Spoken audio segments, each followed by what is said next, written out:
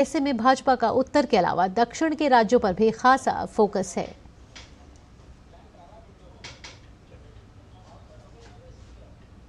निर्वाचन आयोग के दो नवनियुक्त चुनाव आयुक्तों ज्ञानेश कुमार और डॉक्टर सुखबीर सिंह संधू ने आज कार्यभार संभाल लिया है। मुख्य चुनाव आयुक्त राजीव कुमार ने पदभार संभालने पर उनका स्वागत किया। दरअसल अनूप चंद्र पांडे के 14 फरवरी को सेवानिवृत्त होने और 8 मार्च को अरुण गोयल के अचानक इस्तीफे के बाद निर्वाचन आयोग में ये पद खाली हो गए थे। प्रधानमंत्री नरेंद्र मोदी की अध्यक्षता में चयन पैनल ने बीते दिन दोनों को चुनाव आयुक्त नियुक्त किया है। तो नवनियुक्त चुनाव आयुक्तों ने पदभार संभाल लिया है और ज्यादा जानकारी के साथ हमारे संवाददाता फोन लाइन पे जुड़ चुके हैं ऋषि कुमार हमारे साथ। ऋषि कुमार, दोनों ही चुनाव आयुक्तों ने अपना पदभार अब संभाल लिया है, आगे की प्रक्रिया क्या रहेगी? देखिए, दोनों ही चुनाव आयुक्त ज्ञानेश कुमार और डॉक्टर सुखबीर सिंह संधू ने अपना कार्यभार चुनाव आयुक्त के तौर पर संभाल लिया है और मुख्य चुनाव आयुक्त राजीव कुमार ने उनका स्वागत करते हुए कहा है कि जो जिम्मेदारी उन्हें दी गई है वो बखूबी निभाएंगे और साथ ही साथ उन्होंने इस बात पर जोर दिया कि जो ऐतिहासिक तरीके से जो आम चुनावों की घोषणा से पहले इनकी जो ज्वाइनिंग हुई है और इसमें उनको जो जिम्मेदारी दी जाएगी, जनरल इलेक्शन जो दुनिया का सबसे बड़ी डेमोक्रेसी का जो इलेक्शन है, इसमें जो उनकी भूमिका रहेगी उसके लिए उन्होंने उनके लिए शुभकामनाएं दी हैं और कहा है कि जो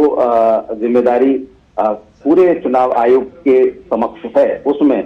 दोनों चुनाव आयुक्तों के उनके साथ ज्वाइन करने के बाद उनकी ताकत बढ़ेगी और साथ ही साथ उन्होंने उम्मीद व्यक्त की कि जो जिम्मेदारी देश की जनता के लिए हमें सौंपी गई है फ्री एंड फेयर इलेक्शन कराने की, वो हमारी टीम उसको पूरा करने में सफल होगी। जैसे कि हम जानते हैं कि अब चुनाव की घोषणा किसी भी वक्त की जा सकती है और पूरी संभावना है कि आज और कल में इसकी घोषणा कर दी जाएगी, क्योंकि पिछली बार भी इससे पहले घोषणा कर दी गई थी 10 तारीख के आसपास।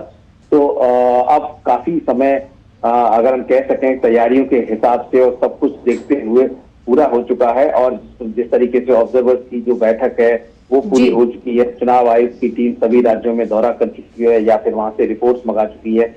और निश्चित तौर से दोनों चुनाव आयुक्तों की ज्वाइनिंग के बाद जो कार्य का वितरण है वो मुख्य चुनाव आयुक्त के द्वारा इनको सौंप दिया जाएगा और ऐसी प्रक्रिया को आगे बढ़ाते हुए जल्द ही उम्मीद की जा रही है कि तारीखों का ऐलान। जी ऋषि, देखा जाए तो अब पूरी प्रक्रिया जिस तरीके से पूरी हो गई है, आपने कहा कि ऑब्जर्वर मीटिंग भी हो चुकी है और अब जब नए चुनाव आयुक्त ने पदभार संभाल लिया है और मुख्य चुनाव आयुक्त हैं, कह सकते हैं कि आज और कल में अब चुनावों की घोषणा की तारीखों की घोषणा जल्द अब संभव है? बिल्कुल, अब देखिए करीब करीब सभी जो फॉर्मेलिटीज हैं वो पूरी हो चुकी हैं और आयोग अब इस बात का मंथन कर रहा है कि ये जो तारीखें हैं उसका खासतौर से अगर हम देखें तो 11 बजे रोजाना मुख्य चुनाव आयुक्त के नेतृत्व में दोनों चुनाव आयुक्त और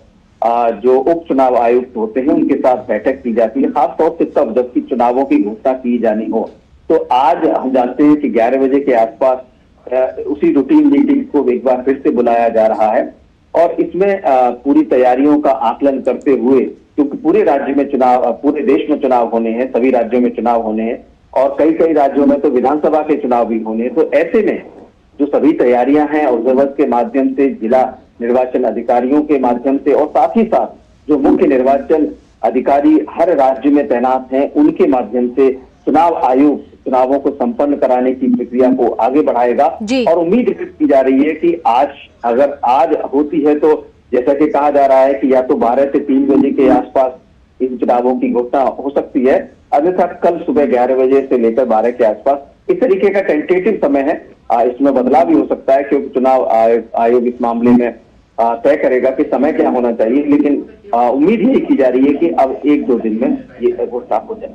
जी ऋषि, इन तमाम जानकारियों के लिए आपका बहुत बहुत धन्यवाद। तो 2 चुनाव आयुक्त जो हैं उन्होंने पदभार संभाल लिया है और जिस तरीके से हमारे संवाददाता बता रहे